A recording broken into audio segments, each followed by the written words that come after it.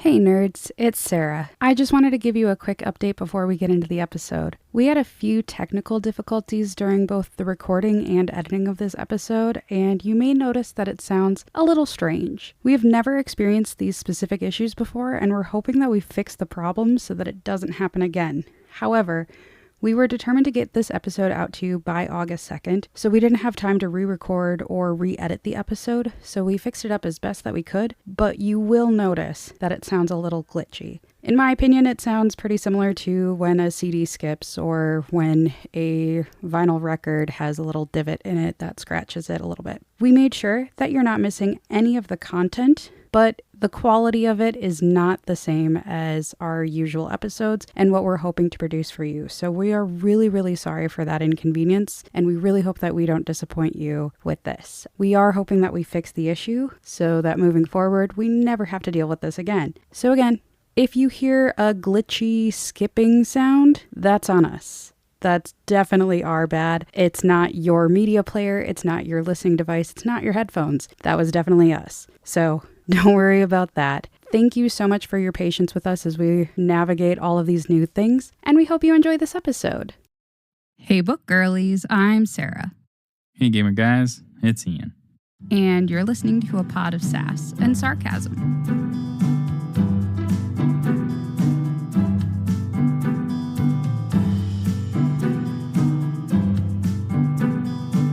So, in our, I was going to say mid-season, but it's not mid-season. It's like between season. What's the word for that? The interim between the seasons. Have you played any games?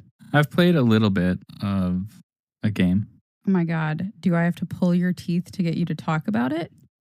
I want you to ask me what the game is. I swear to God, if you say Warframes, I'm gonna hurt you.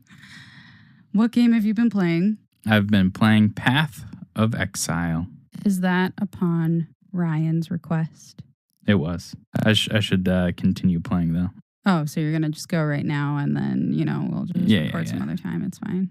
Yeah, totally. If you hear like aggressive clicking and tapping of keyboards, that's what I'm doing. So what is Path of Exile? Because I'm sure you've told me about it, but I don't even have my handy dandy cheats to look up the tags. I'm going to cheat. Ooh, it's got mixed reviews for it now. Path of Exile is an ARPG, which is an action RPG.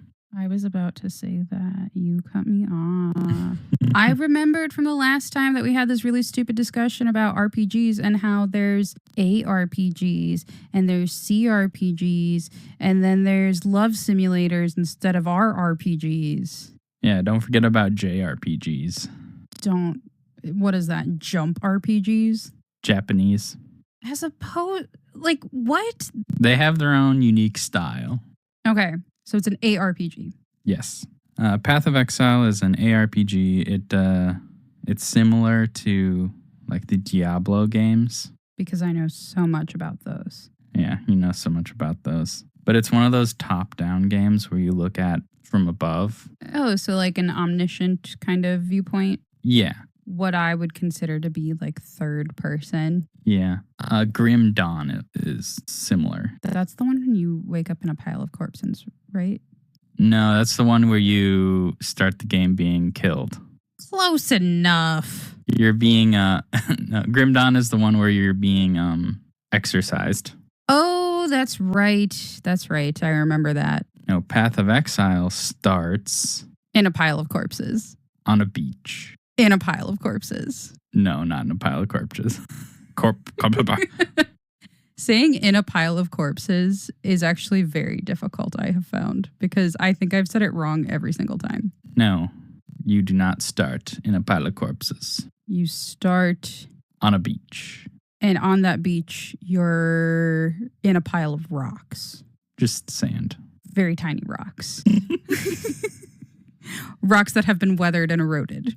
Yeah. And as you may have gleaned from the title, you are in exile. No shit. So you were finding your path. Oh my God. No. So I'm not the best at knowing the lore of this game because it's never interested me that much, but I'll try my best. I didn't get very far. I think I'm almost done with Act 2.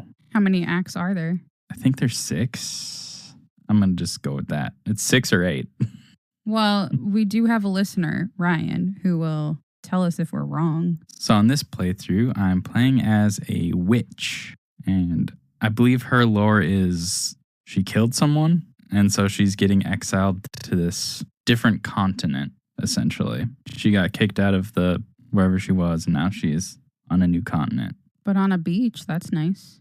Yeah, she's only on a beach because the boat sank, I think. Is it a tropical beach or is it like Iceland? It's a tropical beach.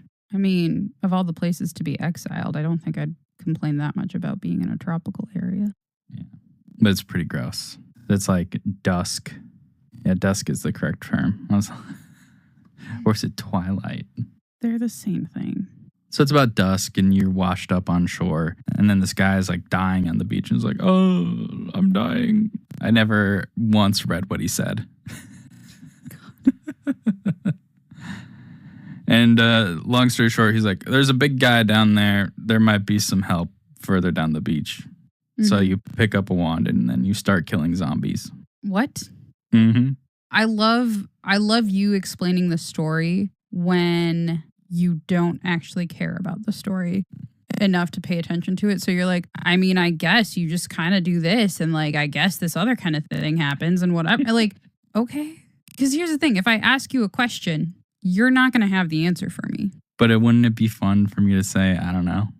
Fun for who? For you? For me? For the listeners? Yes. For you. Okay. Why are there zombies on the island? I don't know. Lots of magic stuff happens on this island. Because on this island was some ancient civilizations. And then people are still kind of living there. Mostly exiles. I get that not all islands in the world are populated, but why is it special that this island had ancient civilizations on it? So have like most of the islands in the world. There was one, so there's remnants, there's ruins. As there are on other places. Like big, giant ruins. As there are in other places of the world. Why is this special? It's just the setting. But I'm confused why you mentioned that, and then you're like, well, and there's also people that are living there. Like, why is that special? Why does that matter? How does that explain why there's zombies there? I explained the zombies there because it's magic. And then you followed it up with, and there were ancient civilizations here. Why is that important? Why are you telling me this? Is why I'm what I'm asking. Oh my God, you look so smug right now, being like set dressing. Oh my God, get out of here.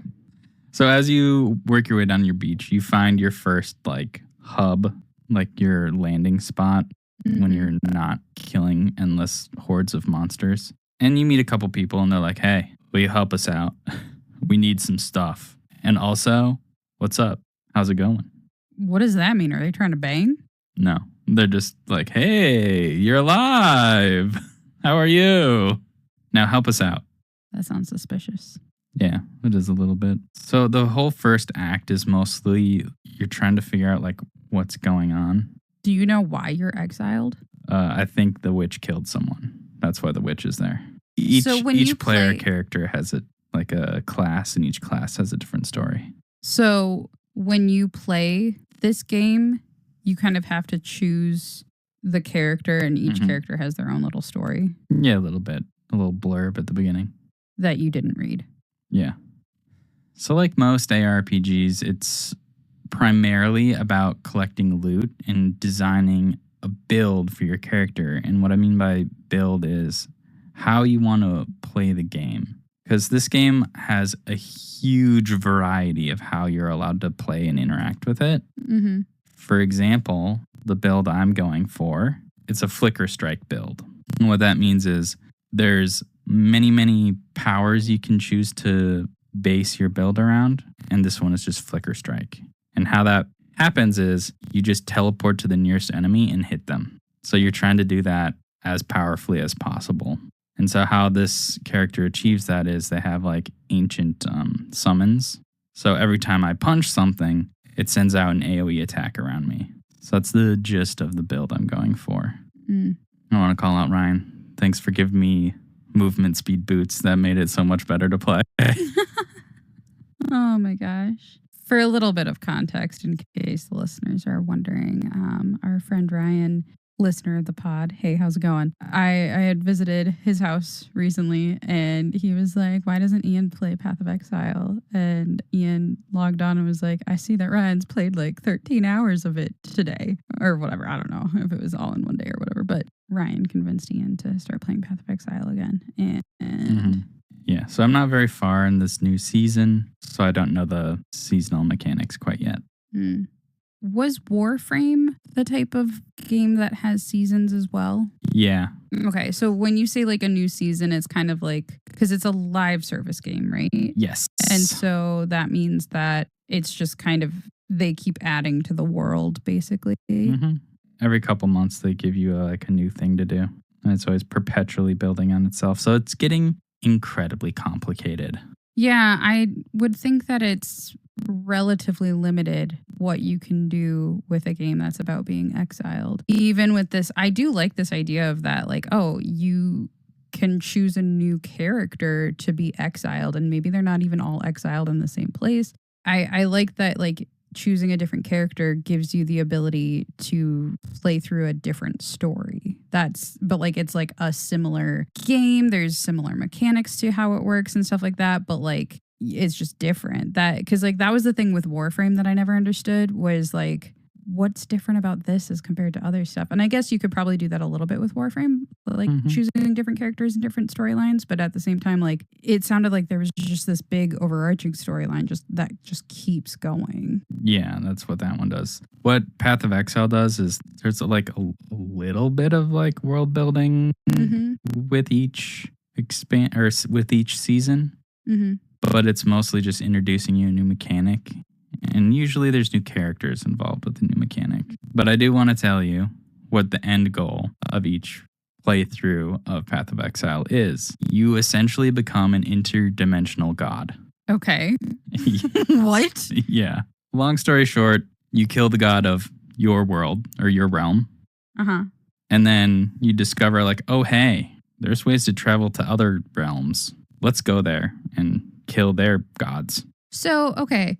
Your character that you decided is a witch who you think killed somebody. So I see her being like, I killed one person, might as well kill a god. Now that I've killed this god, might as well kill somebody else and whatever. What if every time you kill a god and then go to a different dimension or realm or whatever you want to call it, like what if you had to like get a new character or something like that? And so then it's just like, basically when you kill a god and then you become god or whatever, you are basically like you forget or something, and then like you change into a new person or whatever. It's like a reincarnation type of thing where then you like then you have to be somebody different, and then again, like, you know that, oh, I killed somebody, but you don't recognize or you don't remember or something. That'd be really fun. That sounds interesting. I will say one fun thing that they did with all of the player characters, there is a map or a dimension that you can go to that's just filled with player characters. So, quote unquote, gods. And they're way more powerful than like anything else in the game. I don't know what that noise was that came out of my mouth. I'm so sorry. Okay. Wait. So when you say player characters, is that like playable characters? Is that what you mean? Or your character. And since this is an online game with thousands and thousands of people playing, it's anyone's who's ever played the game's character. And there's a map that shows? That's filled with a bunch of them, yeah. Neat. But anyways. Okay, so we have a few quick updates before we get into the book. First and foremost, we have a new patron. And this is our first patron who isn't somebody that we know, which is so exciting. That means that people that aren't just our family and friends listens to us. And that's so nice. It gives me all the warm and fuzzies. I love it. So welcome to our new patron. I don't know if this person is okay with me saying their name, so I'm going to go with their first name because it's a common first name and it's even gender neutral, so I'm not even giving away any information about who they are. But their first name is Lee. Hi, Lee. Hello. Welcome to the Yacht Club Court. We're so glad to have you here. And now we really, really need to get back on our bullshit and provide for the patrons since they are providing for us. The patrons are really what's making all of the growth in this podcast possible. So we really are so thankful for all of our patrons. And they're kind of our guinea pigs for new ideas, new episodes. Mm-hmm. I have a lot of ideas that I want to start testing out on the patrons. So you guys, buckle up, buttercups, because we're going to have so much fun very soon. And I'm also going to try very hard to maintain that the patrons get new episodes early. I'm not going to say how early, but early. But earlier. You'll get them earlier.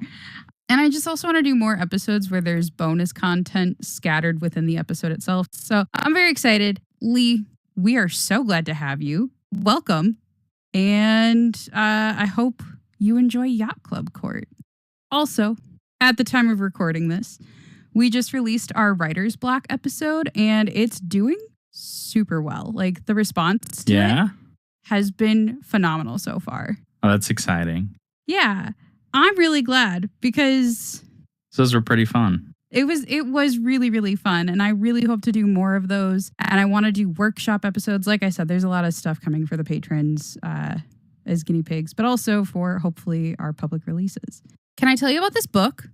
What's this book you've been reading? So today and this season, we are reading One Dark Window by Rachel Gillig. It's what I would consider to be in the gothic fantasy genre, which obviously means forest demons for the win.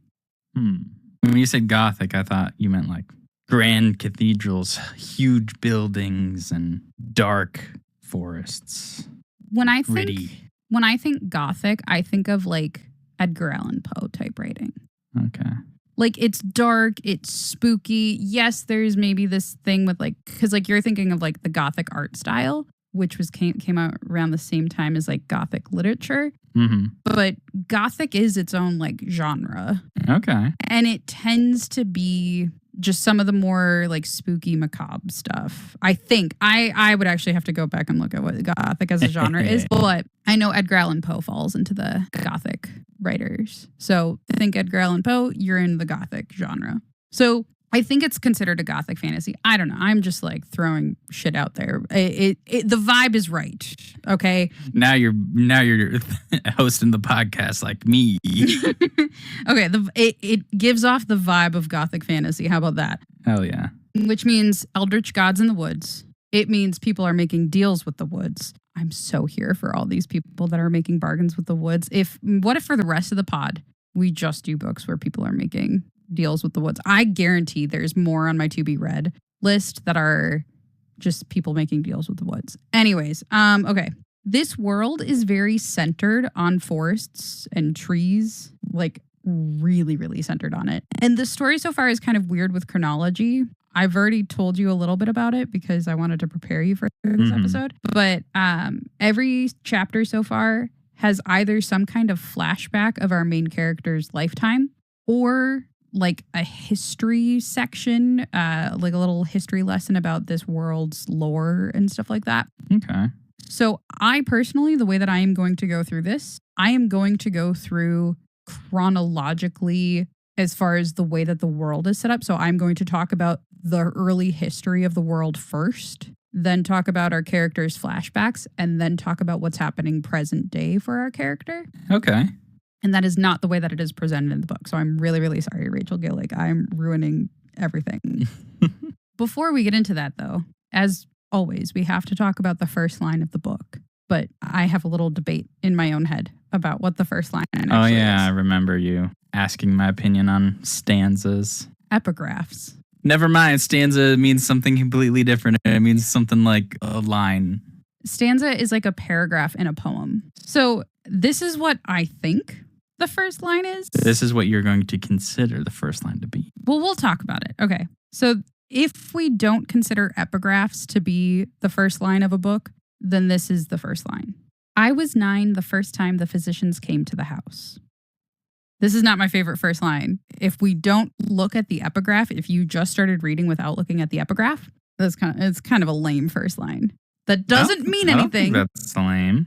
It lets you know so much about the character already. They were sickly when they were young. They were potentially sickly when they were young. Mm-hmm. They had a house, so we got a little bit right there. Mm-hmm. That lets us know that physicians may be a reoccurring theme. Anyway, I'm just saying, like, compared to some of the other opening lines we've had so far, not my favorite. It's not the most intriguing. It's not the most enticing. It doesn't like make me want to read more, but it's not the worst line I've ever read either. So I'm not saying it's bad. I'm just saying I'm not entirely sure if this book starts with an epigraph or if this chapter starts with an epigraph. Every chapter has this little like blurb at the beginning, and I'm not sure what the distinction between epigraphs and like other kinds of blurbs are, because I'm not sure the author wrote these little blurbs. And like, I think she is implying that a specific character wrote these blurbs with it. So I'm like, does that count as an epigraph? Because usually epigraphs, as far as I've seen, have been like quotes from other people, which is why I'm like, can you count that as the first line of the book if somebody else wrote it? But this author did write them, but she's basically like claiming that a character wrote them. So it's confusing. But if we want to look at the epigraph as being the first, especially because we know that Rachel Gillig wrote this, here's what I think would be a way better opening line. The infection comes as a fever in the night. If you take ill, watch the veins, the tributary of blood traveling down the arms. If they remain as they ever did, you have nothing to fear. If the blood darkens to an inky black, the infection has taken hold. The infection comes as a fever in the night. Okay. I think that's way more enticing to like read that. And obviously that's a couple of sentences versus the first one was just one sentence. But the opening line, it's its own paragraph. I was 9 the first time the physicians came to the house. Then it's a new paragraph. So I'm like, I can't read the rest of that as counting as the opening line. That first one is its own paragraph. And it's kind of lame. What's the first sentence of the other one again? Of the epigraph? Yeah. The infection comes as a fever in the night. I think that's just, I'm like, ooh, fever in the night. Ooh. Mysterious. Yeah. I actually like the physicians one. Because immediately that like throws up images of like big needles, people in white lab coats and whatnot. Fascinating. But the other one is just someone sick over there. With black veins? Well, no, the first sentence. Okay. Which the is infection though, like they're talking about one specific infection. Yeah. I don't know. But I like that. I will say they work very well together. Yes, I will say she did a very good job of pairing the epigraph with each chapter. But honestly, regardless of how the book opens, whether you think it's the epigraph or if it's the physician's line, we're not starting our discussions here. I just had to because we always talk about the opening line. So this is I think open for debate. How does a book, like what counts as the opening line of the book? You guys can discuss and comment on our Instagram or wherever you've found us. Definitely comment on it. I was going to be an ass and say the dedications page. Okay, so let me summarize the history of this place that I've learned so far. This story takes place in the kingdom of Blunder. Yes, I think that's obviously a purposeful choice by the author to call the kingdom Blunder, and I don't know if I yet have the means to unpack all of the things that brings to mind, but I think it's great. I think naming the kingdom Blunder, phenomenal. Excellent. We're off to a great start. Anyway, in Blunder, magic is sort of outlawed, or at least people with magic are treated poorly, but objects with magic are revered. So that's what's kind of weird. It's like people, not so great if they have magic, but specific objects that have magic are like these very powerful things that people are definitely seeking. So long ago, there was this guy called the Shepherd King, and he made a deal with the spirit of the woods. Obviously, I'm obsessed already. Anybody making deals with the woods, I'm here for it. Except for don't make deals with the woods. How many times have we learned that that's a bad idea? But anyways, people didn't used to have magic, but the forest did. And when people were sick or down on their luck or bored, whatever, they'd venture into the woods and negotiate with the spirit of the woods, and sometimes miracles would happen. But the Shepherd King said, I want to share your magic with my people, And so he made these things called Providence cards to contain pieces of the woods magic. However, once he made these cards and shared them with his people, the woods got sort of salty about this whole situation because now no one was visiting the woods. So in response, the woods created the mist. And as far as I can tell, this mist infects people with magic. This infection, as described in the opening epigraph, starts with a fever, then the person's veins turn black, and then the person either develops physical deformities or they lose their mind. And usually they don't live very long after developing magic. However, these people do have some kind of magical ability, and I want to say that that magical ability is similar to the magic of the Providence cards. Every year, the mist has spread, so it started where it was just in the forest and actually just in a specific spot of the forest. Now it's like seeping out to the surrounding farmlands, into the kingdom itself. Kind of, it's everywhere now. So that means that more and more people are getting infected.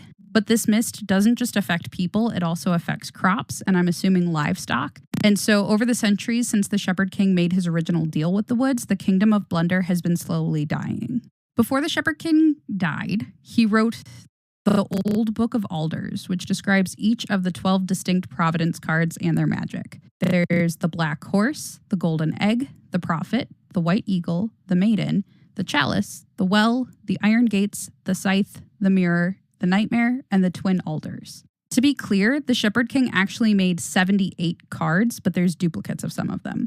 Okay. So there's 12 distinct cards, but 78 cards total. And the cards, I want to say, I want to compare the cards to the game The Great Dalmoody. Okay. In the game The Great Dalmoody, if you guys have not played, it's a card game. It has its own unique deck.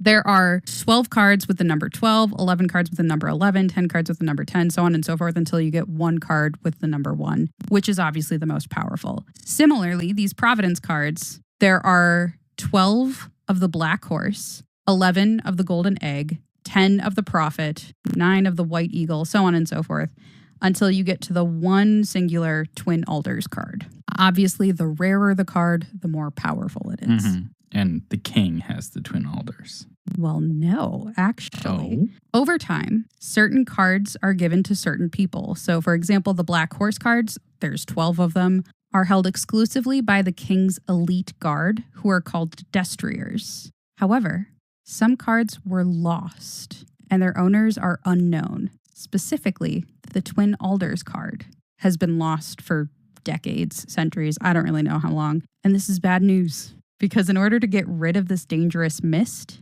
one needs to have all 78 cards. Ooh. Okay, I see where this is going already. All right. I know. I'm like, oh, this is exciting. So here is a quote, a passage from the book. He wrote about the dangers of magic and how to safeguard oneself in the mist with a charm. On the final page of the Book of Alders, the Shepherd King wrote how to destroy the mist. The 12 call for each other when the shadows grow long, when the days are cut short and the spirit is strong. They call for the deck, and the deck calls them back. Unite us, they say, and we'll cast out the black. At the king's namesake tree, with the black blood of salt, all 12 shall together bring sickness to halt. They'll lighten the mist from mountain to sea, new beginnings, new ends, but nothing comes free. Dun, dun, dun. I like it. I see this playing out already. I'm really excited. Okay, what do you see playing out? It's my first thought when you were like, oh, there's only so many cards of each type. I was like, well, the king obviously handed them out to establish his power and make sure he was the only one with magic and blah, blah, blah, his favors and whatnot. And then you're like, some are missing. And I was like, oh, it's still that, but it's corruption and they're going to be keeping the cards away from each other because if they don't have the cards anymore, they're not powerful anymore. So that's going to be in play in this book too. So I'm like, oh, there's going to be some slimy stuff going on. I'm excited. Yeah. So what I get from this passage is that if a person can collect either all 78 Providence cards or at least one of the 12 unique ones, I'm not entirely sure, but I assume all 78. It'd be a lot harder to get all 78, but... Yeah.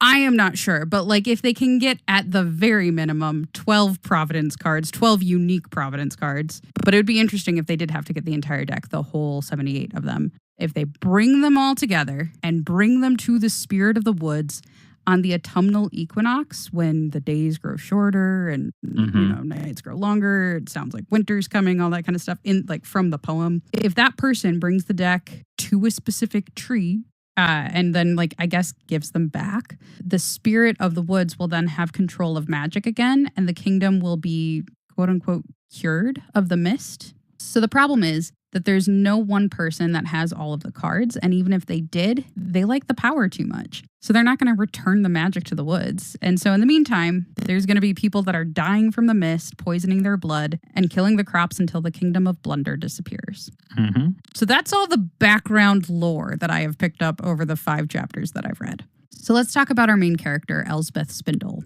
All of the families of Blunder have names of trees. So there's, I think, an elm family, the yew family, the rowan family, the spindle family. These are all trees. So Elsbeth Spindle is basically your classic Cinderella character. At some point when she was young, her mother died. I believe to the mist. I'm not really sure if they've explained it yet or if I'm just stupid and didn't pick it up. Whatever. But she died. But when Elsbeth was 9, she caught the infection from the mist. Her veins turned black, and then she discovered she has magic. But so far, she's been able to hide it pretty well. Under the current rule of King Rowan, so again, this is like at least a couple decades, if not centuries after the Shepherd King. So under the current rule of King Rowan, anyone infected with magic will be taken to either be studied or killed. I'm not really sure. I'm getting Merlin vibes, if you remember the BBC show Merlin. That was about like young Arthurian legend characters and stuff with magic being outlawed. That's the vibe I'm getting. I'm getting very Uther Pendragon kind of shit out of him. Anyways, so here, people who are quote unquote infected with magic, I think get executed. They get taken away by the physicians. The king's physicians, I don't think are really doctors, or if they are, they're the type of doctor that are like dissecting you while you're still alive. Kind of thing. Yeah. Mad people. Yeah. To me, the way they've been described, they're more like a secret police, and they come to collect anyone who shows signs of magic, and it's unclear what they do with them, but whatever it is, it's not good, and we're not supposed to trust them. Yeah, I think treat them more like inquisitors or the SS. Yeah. Just because they're called physicians doesn't mean anything. So 9-year-old Elsbeth was doing something where she got touched by the mist or whatever. I honestly don't know how you get infected by the mist, but you do. She develops a fever. Her veins turn black. She now has magic. And then she, quote unquote, gets better in that she's no longer sick. Like she no longer has a fever. She's not showing symptoms of illness, but she still has magic. That doesn't leave her system. However, the blackness of the veins is kind of what they look for. And so as long as she can keep, like, her veins turned black only when she's using magic. So she doesn't develop any kind of physical deformity like some other people do when they get magic. And so far, she seems to have kept her sanity. And she's been living secretly with magic for 11 years. So for those of you wanting to do the math, she's about 20 years old in the current timeline. But like there's a lot of flashbacks to when she's like 9. Okay. Sometime around when she became infected, again, her mother died. I don't really know how. And then Elsbeth was sent to live with her aunt, who is her mother's sister, because Aunt Opal knows a lot about magic and the Shepherd King and whatnot, all that kind of stuff. And she was apparently better equipped to deal with Elsbeth's condition, according to her father and I guess everyone around her.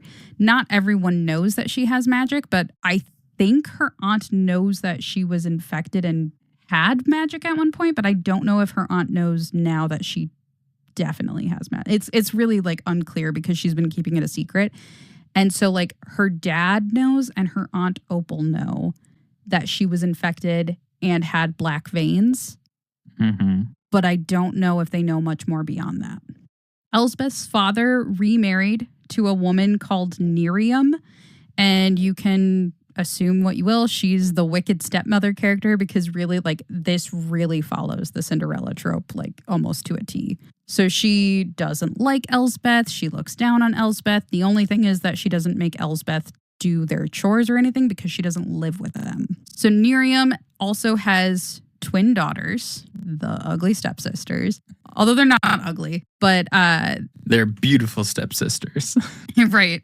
So her twin daughters are Naya and Demia, and the three of them moved into the Spindle house, and Elsbeth moved out to go live with Aunt Opal.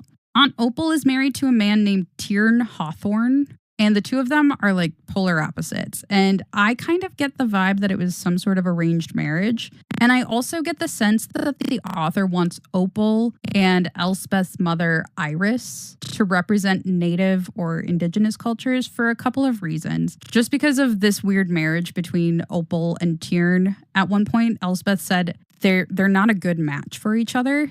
And that they're like polar opposites kind of thing. And the vibe I get with Opal is that she's very like down to earth in the way that indigenous people are often like described of being like in tune with the earth and things like that. Okay. Opal and Iris, who's Elsbeth's mother, are described as having long dark hair. Again, they're said to be in touch with the earth and magic and the quote unquote old religion. Okay, so I feel like they're like maybe more druidic. Yeah, they're like druid, or I was getting like Native American vibes, but like, yeah, you know, they seem to condemn yet revere the Shepherd King for what, like the deal that he made with the Spirit of the Woods.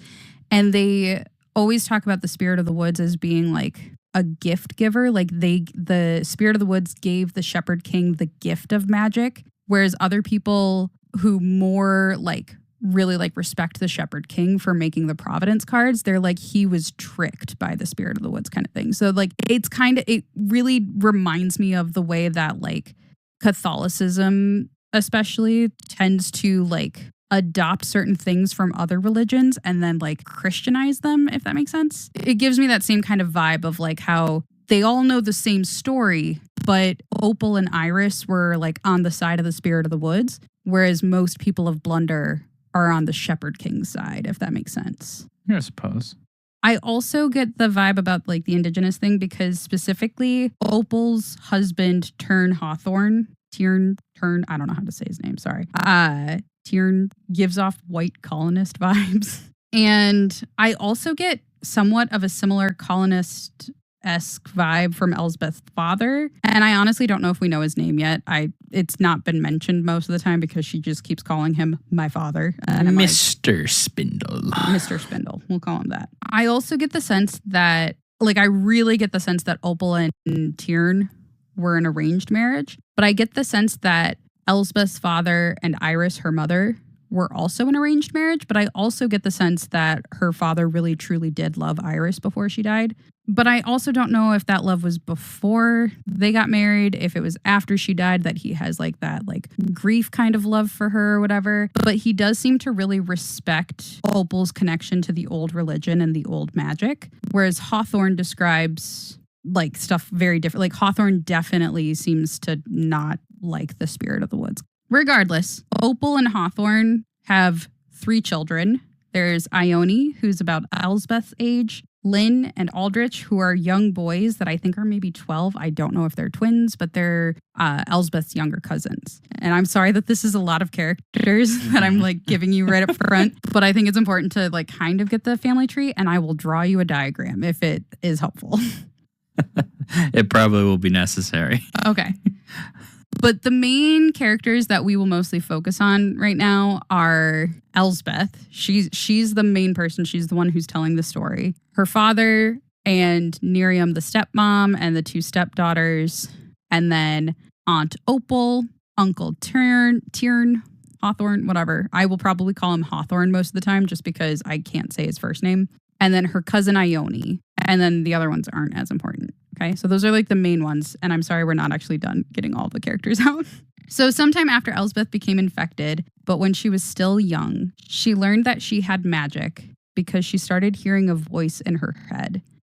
Basically, she was sick. She got the black veins that indicate that she has magic. She got physically better, but was sent to live with her aunt to hide the magic in her because they knew that when the veins turn black, you get magic at some point.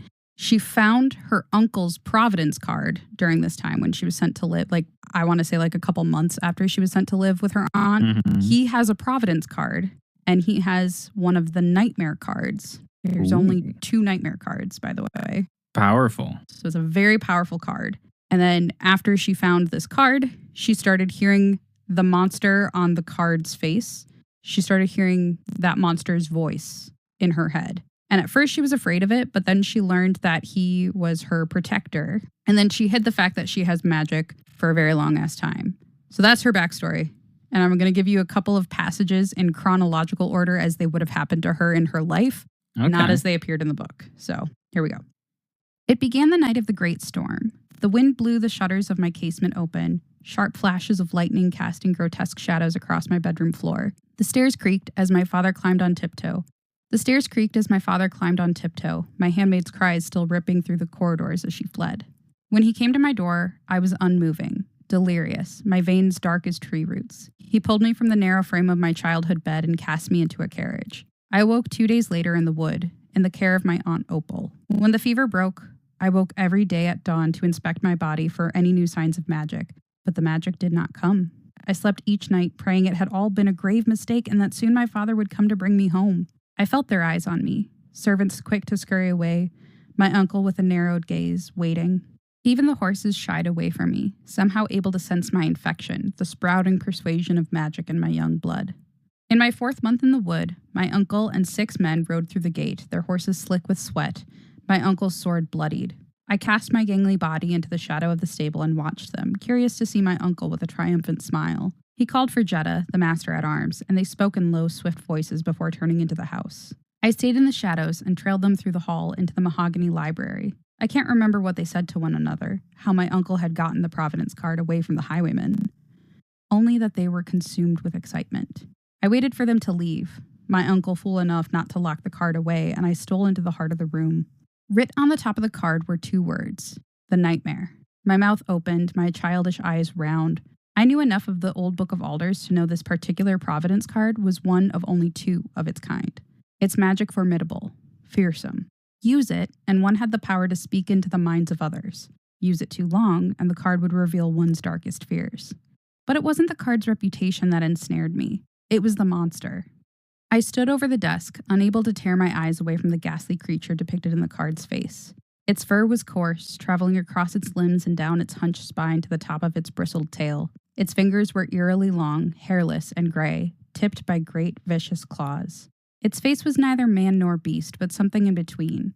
I leaned closer to the card, drawn by the creature's snarl, its teeth jagged beneath a curled lip. Its eyes captured me. Yellow, bright as a torch, slit by long cat-like pupils. The creature stared up at me, unmoving, unblinking, and though it was made of ink and paper, I could not shake the feeling that it was watching me as intently as I was watching it. Trying to grasp what happened next was like mending a shattered mirror. Even if I could realign the pieces, cracks in my memory still remained.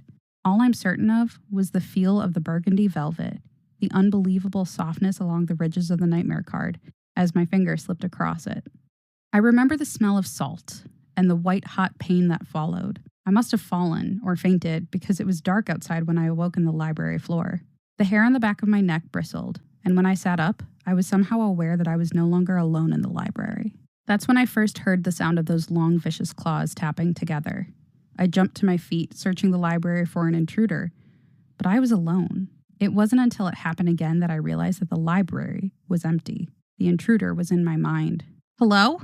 I called, my voice breaking. Its tone was male, a hiss and a purr, oil and bile, sinister and sweet, echoing through the darkness of my mind. "Hello."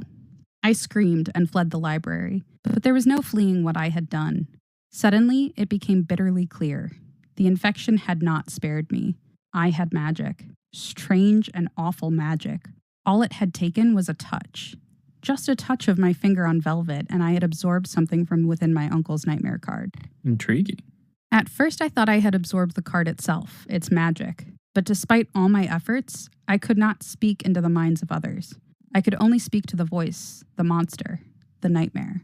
I pored over the old Book of Alders until I knew it by heart, searching for answers. In his description of the nightmare card, the Shepherd King wrote of one's deepest fears brought to light, of hauntings and terror. I waited to be frightened, for dreams, for nightmares, but they did not come. He did not haunt me. I was 9 the first time the physicians came to the house, so now we're back to the beginning, by the way. My uncle and his men were away. My cousin Ione and her brothers played loudly in the kitchen, and my aunt did not hear the pounding at the door until the first man in white robes was already in the parlor. She did not have time to hide me. I was asleep, resting like a cat in the window. When she shook me awake, her voice was thick with fear. "Go to the wood," she whispered, unlatching the window and gently pushing me through the casement to the ground below. I did not fall onto warm summer grass. My head struck stone, and I blinked, dizzy nausea casting dark shapes across my vision, my head haloed in red, sticky warmth. I heard them in the house, their steps heavy with sinister intent. "Get up," called the voice in my head. "Get up, Elspeth." I pulled myself to a rickety stance, desperate for the tree line just beyond the garden. Mist enveloped me, and even though I did not have my charm in my pocket, I ran toward the trees. But the pain in my head was too great. I fell again, blood seeping down my neck. "They're going to catch me," I cried, my mind lost to fear. "They're going to kill me." "No one's going to hurt you, child," he snarled. "Now get up."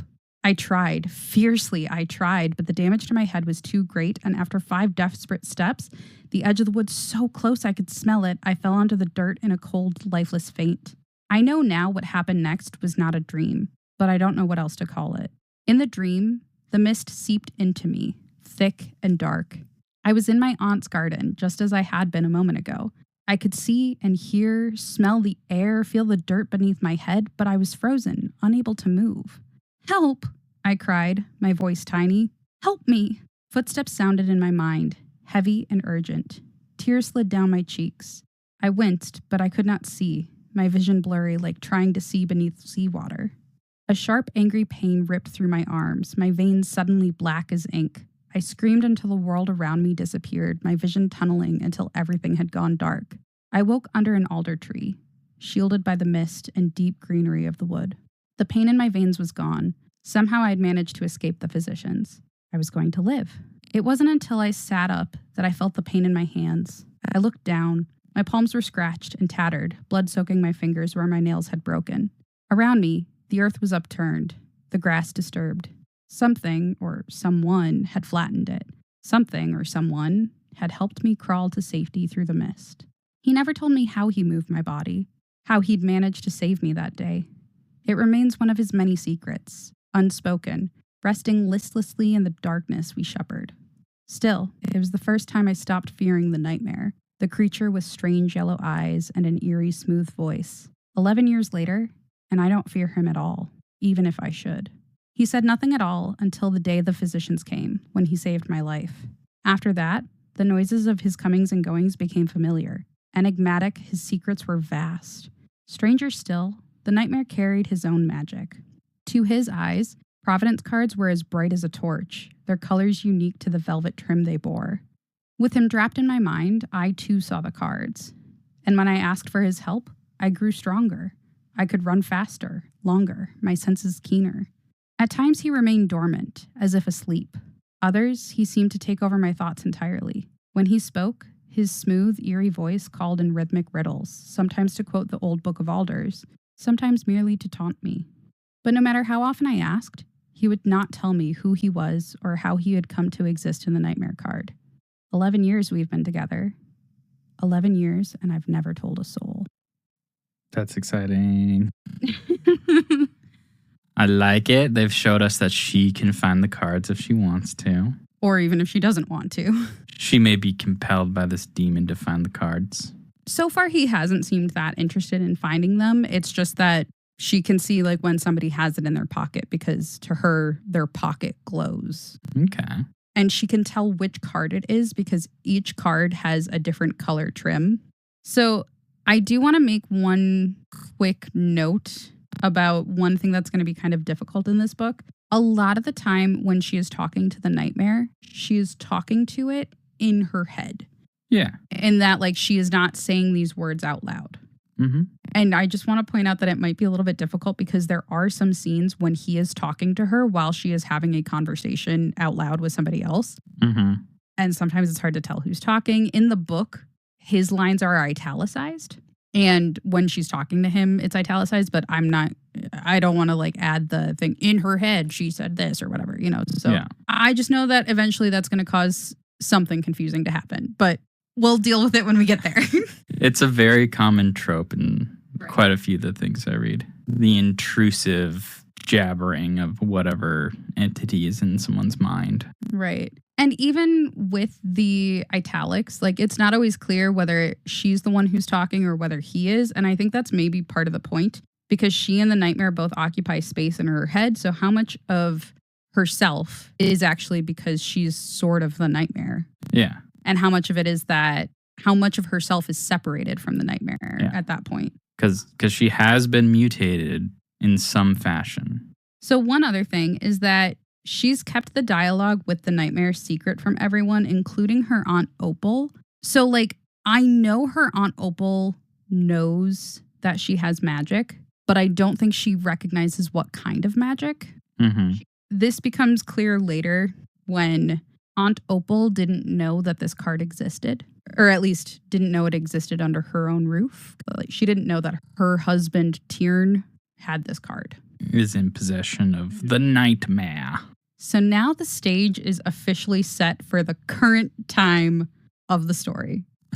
What are we at for time right now? We are at an hour 15. Whew, okay. So here's what's happening with current 20-year-old Elspeth. It kind of starts off with her walking over to her father's house because it's her birthday.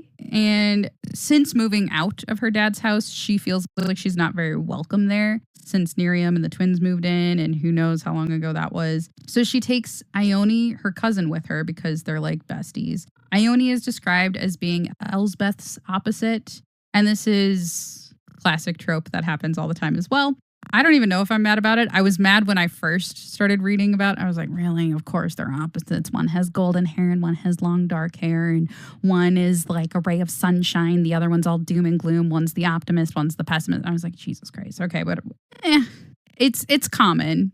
I don't know how mad I am about it. I guess we'll see where it goes. But anyways, when the two arrive at the Spindle house, there's a weird reception in the parlor, I guess, where Naya and Demia basically tease Elspeth and say that they're better than her because they live in Spindle House and she doesn't. Miriam makes an appearance and is all like, we've been invited to this grand ball at the king's castle. And you're not invited, Elspeth. Boo-hoo, because last time that you came to a ball, you embarrassed us. And whatever, because she apparently kissed a boy or something. I don't really know. So she's like, you shouldn't attend this next one, even though you're maybe technically invited, but like you're not officially invited. So like, get the fuck out. Also, your father doesn't love you. Bye. That's basically Miriam's. So like playing up the wicked stepmother kind of shit. Then her father comes in and he does seem to very much love her. He was very excited to see her, it seemed, but he just doesn't know how to say it. And I think there's a lot of weird like manners or etiquette in this world. I'm not really sure. But anyways, he maybe has some stunted emotional intelligence. I'm not really sure why he can't tell his own daughter that he loves her. But like, I think part of it is that like he sent her away and she doesn't understand that. But at the same time, I'm like, I think he sent her away because he loves her and he wanted to protect her. But it's this whole thing and whatever. And then Miriam is like, hey, Elsbeth, I know it's your birthday, but can you please leave because I don't like you? And so Elsbeth leaves. I'm like, classic Cinderella. I have to keep telling myself it's basically a Cinderella story. So like, just calm down, Sarah. But like, yeah, okay. So Elsbeth leaves, and Ione, her cousin who came there with her to, you know, support her through this dinner, was like, I will catch up with you later, but that dinner looks delicious. Bye, Elsbeth. Happy birthday. Happy your birthday dinner party that you got kicked out of. I think it's super weird. I don't really get it. Maybe it'll be explained later. Maybe it won't. Who knows? But I think it's probably designed to set us up to hate Miriam, the stepmother. I don't know if she's going to have a redemption arc or if she is the truly wicked stepmother from Cinderella kind of stuff, but whatever. Anyways, so Elsbeth walks home through the woods. And on her way home, she is attacked by some highwaymen. She tries to lie and say she's just a servant of the Hawthorne family because it's a lot to explain that she's one of the Spindle family, but she doesn't live at the Spindle house and that blah, blah, blah, blah, blah. Like she's like not trying to go into her whole story and stuff like that. And so she's like, I'm just a servant at the Hawthorne house because she doesn't want to say that she lives there either. She's like, I work for the Hawthorns. But the highwaymen, instead of being like, oh, you work for important people, maybe we should leave you alone. Instead, we're like, oh, you work for the Hawthorns? So you must know about Tiernan Hawthorne's Providence card. And she's like, what? He has a Providence card? I had no idea. I'm just a simple servant. I know nothing. And they're like, that's fucking bullshit. And she gets really scared and asks the Nightmare to help her. And he basically, again, gives her superhuman strength. She pushes them all out of her way and she runs the rest of the way home. And when she gets home, she chats with the Nightmare a little bit, being like, do you think they're going to report me? Because that was a clear display of magic right there. Like, there's no way I should have been able to get out of that. There was one of me and like 5 of them.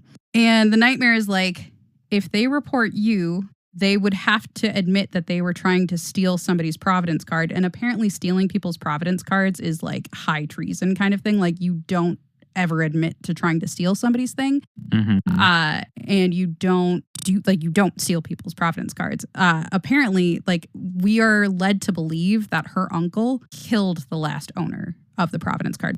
Because remember, probably a highwayman had it. And he was like, and he came back with a bloody sword. So there we go. So he's like, if they report you, they would have to report themselves. So they're not going to report you. You're fine. And then the next morning, when Elspeth is at breakfast, they get their invitation to the King's Grand Ball thing.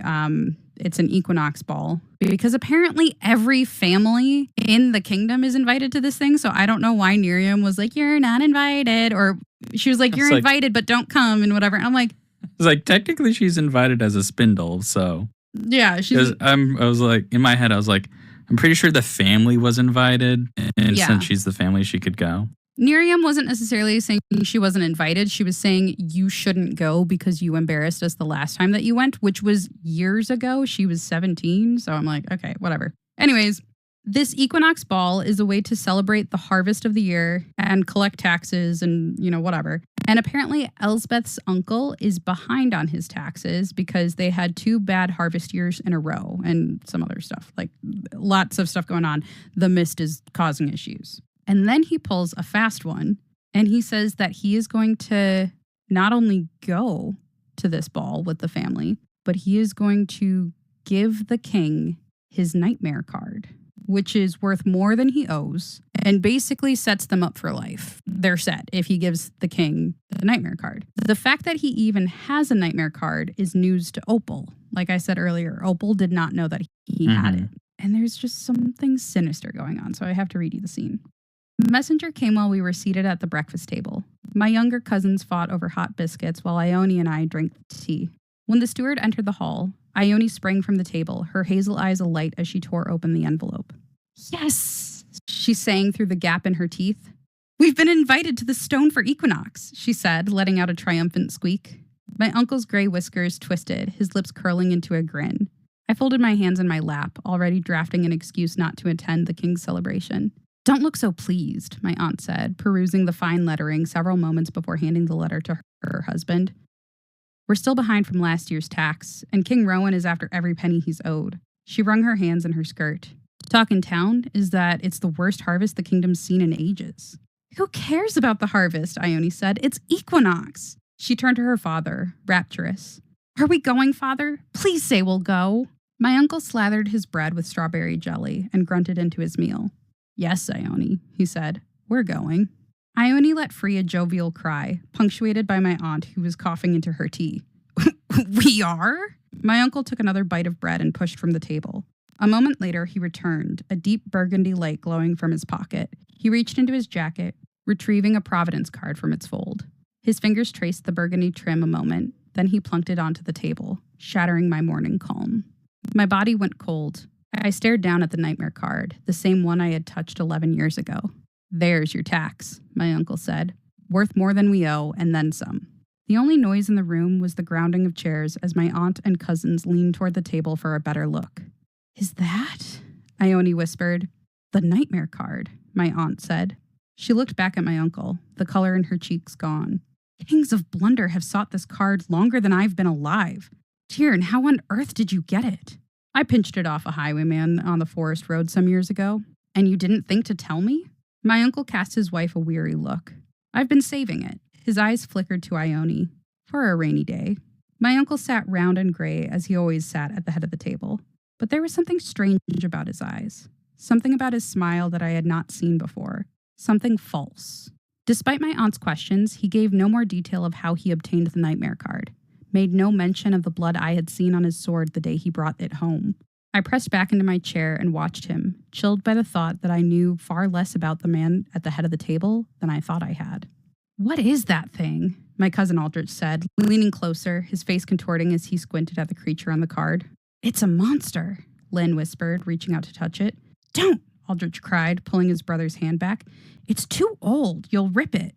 My uncle snorted. "Hasn't your mother read you the old book enough times?" When my cousin stayed silent, my uncle reached for the card, pinching it between his thumbs and forefingers. When he jerked his hands to rip it in half, I heard myself gasp. But the card did not tear. My uncle set it back down on the table, the parchment aged but without wrinkle. "Providence cards can't be destroyed," he said to his sons. "They are woven by old magic." My aunt's voice rumbled, as if well used. Magic gifted to the Shepherd King by the Spirit of the Wood, which he then used to create Providence cards. "Gifted," my uncle muttered. "Infected with it, more like." The sound of the nightmare's teeth echoed through my mind as he clenched and unclenched his jaw. A heart of gold can still turn to rot. What he wrote, what he did, was all done for naught. His cards are but weapons, his kingdom now cruel. Shepherd of folly, king of the fools. Ione traced the burgundy velvet at the edge of the nightmare card. I flinched, remembering the feel of that same velvet beneath my skin. "It must be worth a great deal to King Rowan," she said. My uncle turned his gaze to his daughter. "It is, my girl," he said, his smile no longer false, but just as unnerving. "I'm counting on it." Dun, dun, dun. So I want to stop about here because I've read more, but this was like a better stopping spot. It's a pretty good spot. Yeah, I'm wildly out of order, so I'm trying to like maintain chronology in my own head of what's going on and what you know and what you don't. But I am terrified about this scene with her uncle. This was really one of the first times that we really saw him, other than like when she had the flashback about seeing the nightmare card for the first time. Mm-hmm. And so like the fact that he's portraying this like false smile, it makes me nervous. Like, is he being possessed or is he corrupted in some way? I think he's just a shady individual. Maybe he also runs some highwaymen. Maybe. I'm curious if he's ever used the nightmare card because he doesn't have it on him, it seems, ever. I don't know how somebody uses the card though. Yeah, that's true. So I don't know if he has to have it on him to be able to use it, but it just makes me really nervous. We do find out pretty shortly after this scene that he is planning to marry Ione to one of the princes of the king, or so one of the king's sons. And he's, again, hoping to use this nightmare card to help bargain that. Yeah, for like the dowry and taxes. But I'm wondering if this was like his plan all along, if something changed, if he is like I'm curious what's going on with him. He seems very intriguing, but he doesn't show up a lot. And it bothers me because he's being slimy political movement. Yes. I don't trust him, but I don't know if we're not supposed to trust him because I think they're trying to portray him as a cunning, maybe not a trickster, but maybe a conniving individual who's trying to attain more power. But why would you give up the card? I know. That's what I'm... Maybe he's having troubles with the other bandits. Yeah, I don't know. Because they know he has the card. Maybe. Yeah, so maybe he's just trying to get rid of it. What are your thoughts about the book so far? Do you think that this is one that you're going to like? I think I'll like it. I think I'll like it a lot. I was nervous about it because it was showing a lot of common tropes like the Cinderella type trope, the wicked stepmother, the opposite sisterly characters and stuff like that. But I think it's intriguing enough. The world is weird enough. The magic is super strange. I like it. I want to know more about it, and I'm very excited to read more. Yeah, for a moment I was a little sad that I wasn't getting the mysteries of the story unraveling, but then I remembered you're more just telling me the story instead of just reading me the book. Right. And I wanted to do this for a couple of reasons. One, it actually just makes more sense in my head. I want to make sure that I understand the pieces that I'm given. And so writing it out this way has been very helpful. But two, it seems to flow better that way. Yeah, as this episode went on, I liked it more and more. Okay. The work you put in. Thank you. I appreciate it. I am confused by a couple things in this book, and I'm hoping that they get explained. Maybe they won't. I do like when books don't always explain everything. But one thing that really kind of troubles me is why people who are touched by the mist and become deformed in some way, whether it's physically or mentally or whatever, those people are villainized and taken by the king's physicians to whatever. But then the people who have Providence cards, people know that the Providence cards grant the user magic, and those people aren't villainized. And like... all to maintain control, because if your special thing is having the card and then a street urchin just gets magic, that's not allowed, because now they have some kind of power. So what do? You set up a system that takes away the power from the lower classes. I suppose. I'm also very deeply curious about the Nightmare character. At some point, he tells Elsbeth that he's 500 years old. And I swear to God, he's going to fall in love. If he falls in love with Elsbeth, I am going to lose my shit, because that trope is overdone and I am sick of it. And he's literally known her since she was a child. Like a 9-year-old. After she got the illness and she touched the card, she was still 9 fucking years old. Barf. Anyways. The other thing I thought of was maybe people infected by magic that then touch the Providence cards, maybe they weaken them in some manner, or they're able to change things in some way. Yeah. I don't know. There's a lot of questions I still have, and so far none of them have been answered. Yeah, I'm excited for this ball where everything's going to go sideways. It's going to be great. Yeah, it's really weird. I also would like to point out that it's an equinox ball. I do not know if it's spring or fall, though. But I think it's the fall equinox that you would need to bring the cards together based on the poem in the Shepherd's book. Yeah, I also think it's the fall one because it's harvest time. That's true. That makes sense. Did we learn anything today? I learned the cards are made of velvet and can't be destroyed. They're not. They have like like how magic cards have those sleeves? I want to say that it's kind of like having a sleeve, like the back of it is velvet, but the front is just paper. Okay. But it still can't be destroyed. I learned that if you get thrown out of a window when you're 9, you can only walk a couple steps. She fucking hit her head and was bleeding. Like, give her a break. No, I'm just saying she got thrown out a damn window. I'm surprised she moved at all. Fair. I learned that if you're gonna be exiled for killing someone, living the tropical life doesn't sound so bad. True. So, where can people find us? They can find us on Facebook. At A Pot of Sass and Sarcasm. You can follow us on Instagram. At A Pot of Sass. You can check out our StoryGraph. At Aposas, APOSAS. You can become one of our patrons. Patreon.com/A Pot of Sass and Sarcasm. You can also send us an email. At apotofsass@gmail.com. Also, check out our fancy new website. Aposas.com. I forgot it for a second. I'm sorry. APOSAS.com. Listen to new episodes Sundays. Fucking hell. Good Lord. Do I need to turn the light on in here? No, I just actually need to read it. Listen to new episodes most Sundays. Saturdays, for fuck's sake. Why don't you take this one? You can listen to new episodes most Saturdays wherever you find podcasts. Don't forget to rate, review, and share. We really appreciate it. It does help us out, even though we're bickering with each other. It is very hot in here. We can't turn the air on, and we're fucking dying. It's the middle of July. Anyways, new episodes Saturdays wherever you find podcasts. Please rate, review, and share. Thank you so much for listening. We hope you listen.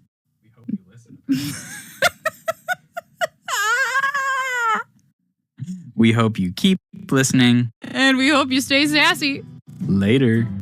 just as sassy as Miriam being like, you're not invited even though you are. At your own birthday.